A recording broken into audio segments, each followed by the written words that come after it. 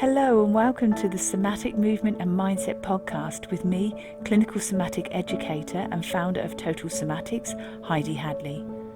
The Somatic Movement and Mindset podcast has been designed to help you gain a deeper understanding to how your mind and body work. You will learn about your amazing mind and body and why over time you can feel pain, recurring injuries and poor posture. Within this podcast, I will teach you why this doesn't have to be your future or the norm for you. Would you like to learn how to reduce pain, move freely, and gain a new lease of life? Let's get started. Hello and welcome back.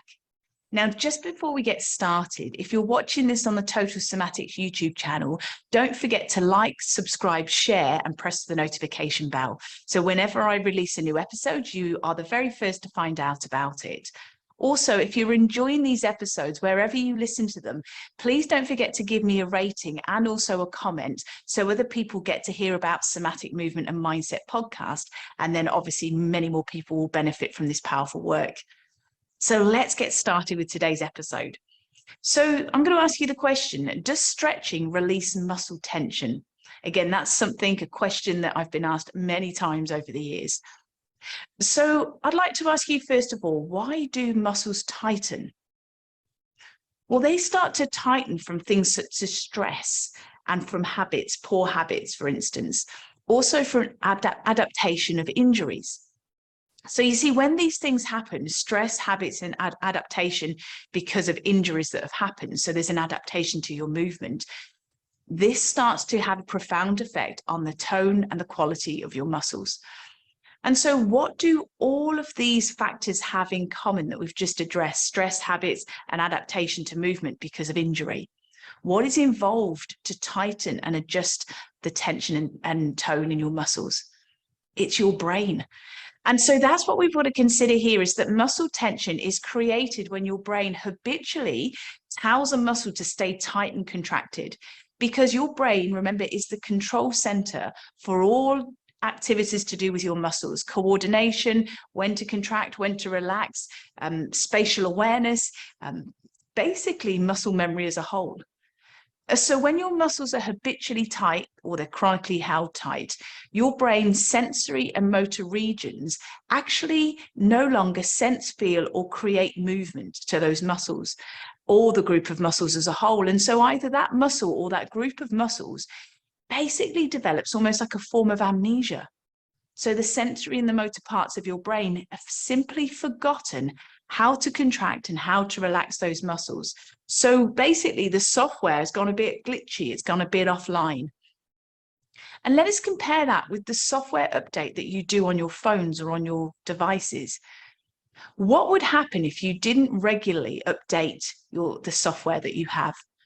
Imagine what your phone would be like. The apps wouldn't run smoothly. You'd be susceptible to cyber attacks. You would find that everything is running quite slowly. Again, vulnerability to all sorts of issues happening on a security level or on a viral level. And likewise, that's the same with our beautiful soma, our beautiful whole being.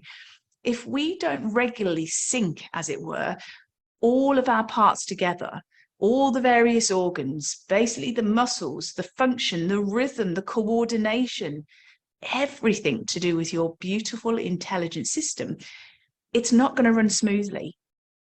And you see, that makes us then vulnerable to stress attacks on a stressful level, externally and internally. It makes us very vulnerable, very susceptible to illness and less resilience when we're dealing with stress. It starts to affect our muscular system, our nervous system, our fascial system, our breathing, our overall health and well-being. If we're not regularly updating our software or syncing or recalibrating, it's going to create long-term effects, just as you would do with your software, your computers and your phones. And yet we are far more intelligent, much more complicated than a phone. But we spend time prioritizing that, don't we? So that's really what I want to consider, is that somatic movements create a software reset. That's to allow muscle tension to release the belly of a muscle. Now, I highlight that, the belly of the muscle, because the belly of your muscle is the powerhouse. And that is where your brain is telling the belly of the muscle to stay chronically tight because of the different factors that are involved.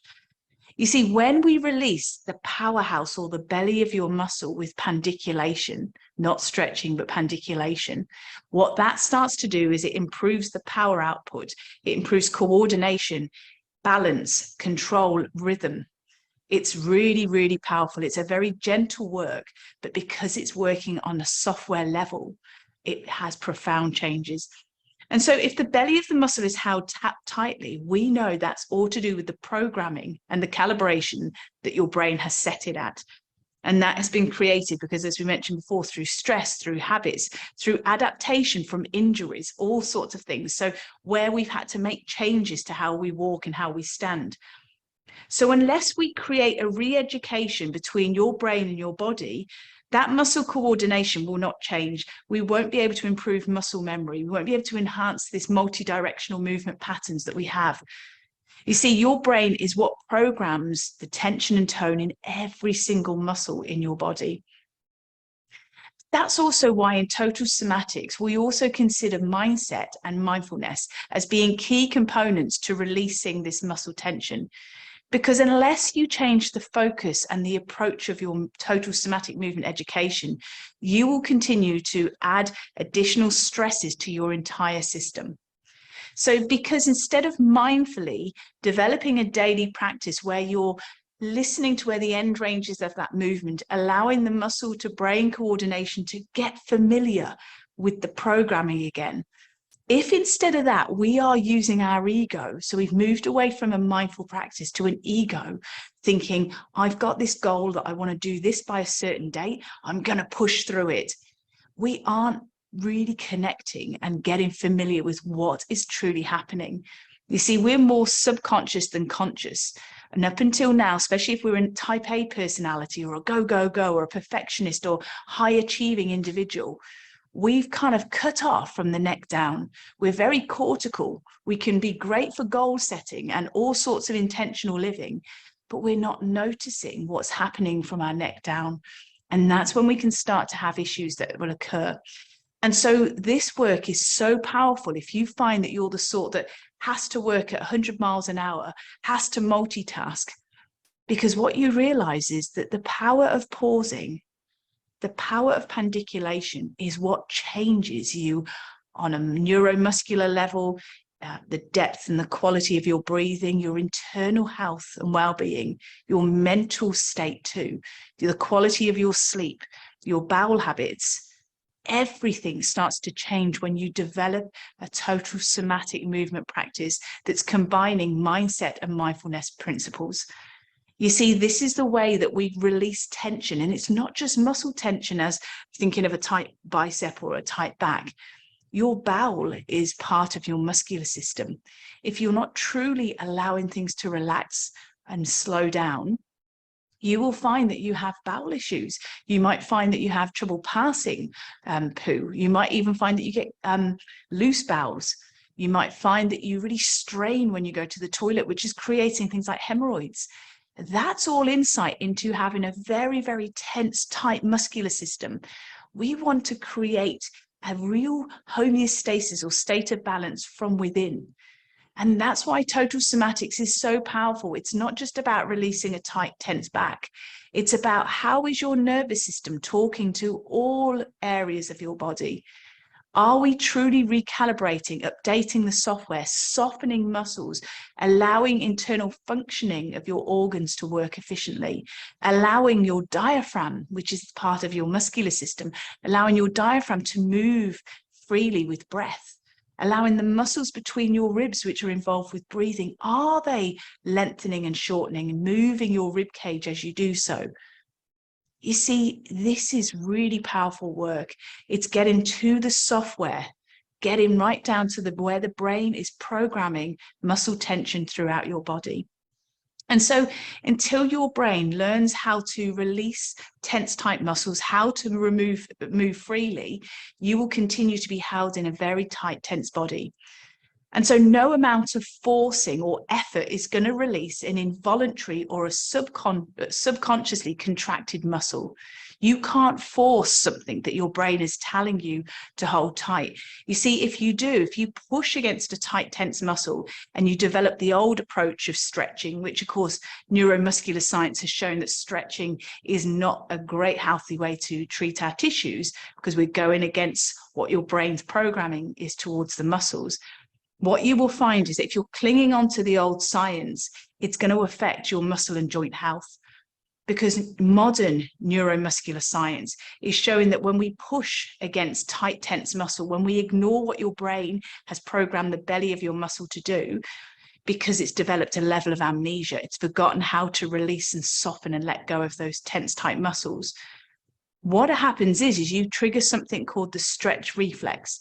And it's a very clever protective mechanism that basically, as soon as you go beyond where your brain has programmed the end of that range of movement, a spinal cord reflex comes in. It's that automatic. It's a bit like, when you put your finger on a hot stove and it quickly comes off. That's the spinal cord reflex. It's a protective mechanism to stop you, in this instance, burning your fingertips on the stove. The same happens if you try to stretch a muscle beyond where your brain has programmed the end of that range of movement. That reflex pattern from your spinal column to your muscle kicks in. And what it does in this instance is it cramps and spasms the muscle. And you may have had this when you stretched. It cramps and spasms the muscle, and then you go, oh, ow. And then maybe later that day or the next day, you feel a bit jointy, a bit achy in your hips or in your back. And that's because you triggered the stretch reflex, it actually shortened the muscle a little bit more than it was when you started. And when it shortens it to protect it from tearing or overstretching, it also pulls on the tendons and the ligaments and the joints. So can you see, if we adopt the old mindset of stretching, it's really not going to help our neuromuscular health. It's not going to help our skeletal system, our joints, our tendons. It starts to create things like tendinitis. And that's not a great way to be putting a lot of pressure underneath the tendons, which attach your muscle to bone. We want to be softening and releasing from the belly of the muscle, not putting tendons under strain, which is what can happen when we start to force this with stretching. So that's why I'd like you to consider, for instance, another analogy that I'll often say is, imagine I've got a piece of string and there's a knot in the middle of it. If I pull both ends using the old mindset of stretching, so if I pull or stretch that cord that's got a knot in, does the knot disappear? No, it doesn't, does it? You might find that you've got a little bit more range in the cord, but the knot is still pretty deep and embedded and there. So this is why pandiculation, which is the process used in total somatics, this is why it's powerful, because instead of pulling and taking that muscle under a lot of strain, what we would do is consider, what would you do to take the knot out of a piece of cord? You would bring both ends together, wouldn't you? Which is what we do in somatics. We start to shorten and contract the muscle. And then if you were undoing that knot, you would work into the pattern of tightness, or you would start to unwind and you would release that knot. That's what we do in pandiculation, in total somatics. We go into the tightness. So we shorten the muscle. Then we start to allow that to unwind. We start to work into the pattern that your brain has created. And then as we start to unwind and remove that knot from that cord or the tension in your muscle, we then slowly, ensuring that we've got this just right, we slowly start to release the muscle or the piece of cord that had the knot in. And then you go, and relax the end of that movement. And we can go, we've taken the knot out of the cord. That's what we're doing. It's a methodical, intelligent process where we go into the pattern of tension that your brain has created. We work into the pattern, we unwind it, and then we slowly release and let go. That's re-education between your brain and your muscle. That's how we make changes. That's how we increase sensory and motor awareness and intelligence between your brain and your muscle. Because up until now, we've stopped fully sensing and feeling and fully moving that muscle. And so that's why I'd love to just invite you to come and join the Total Somatics membership. So if you're interested in joining the Total Somatics membership, I open the doors different times throughout the year, just for a few days. So if you go to totalsomatics.com, click on the Join Now page, And if the doors are currently closed, you can just leave your email, and the next time I open the doors to the membership, you will be the very first to find out. However, you can get started today if the membership doors are shut. So if you go to totalsomatics.com, click on the shop page, and then you will see there are workshops, there are audio classes, there's lots to start working into the pattern of tension and slowly releasing that tension and pain and discomfort that you have. You can start that today. Also, don't forget you can subscribe to Total Somatics. So as soon as you go to totalsomatics.com, you have the opportunity to stay up to date, because this year I'll be releasing some very exciting news. So stay tuned, and that is going to be really exciting. It's going to be taking Total Somatics to a different level globally. So I'd really love you to hear about that too. So I just want to send all my very best wishes to you. I hope you have a lovely day for the rest of the day. And as I said before, don't forget, if you felt something resonated with this episode, please share it with others that you know will benefit. But until next time, all my love and my very best wishes to you. Take care. Bye. Thank you for joining me today. If you've enjoyed this episode, please leave a rating and also forward this on to somebody you know will benefit. To learn more about pain relief, plus how to improve your health and well-being, go to totalsomatics.com. Until next time, take care.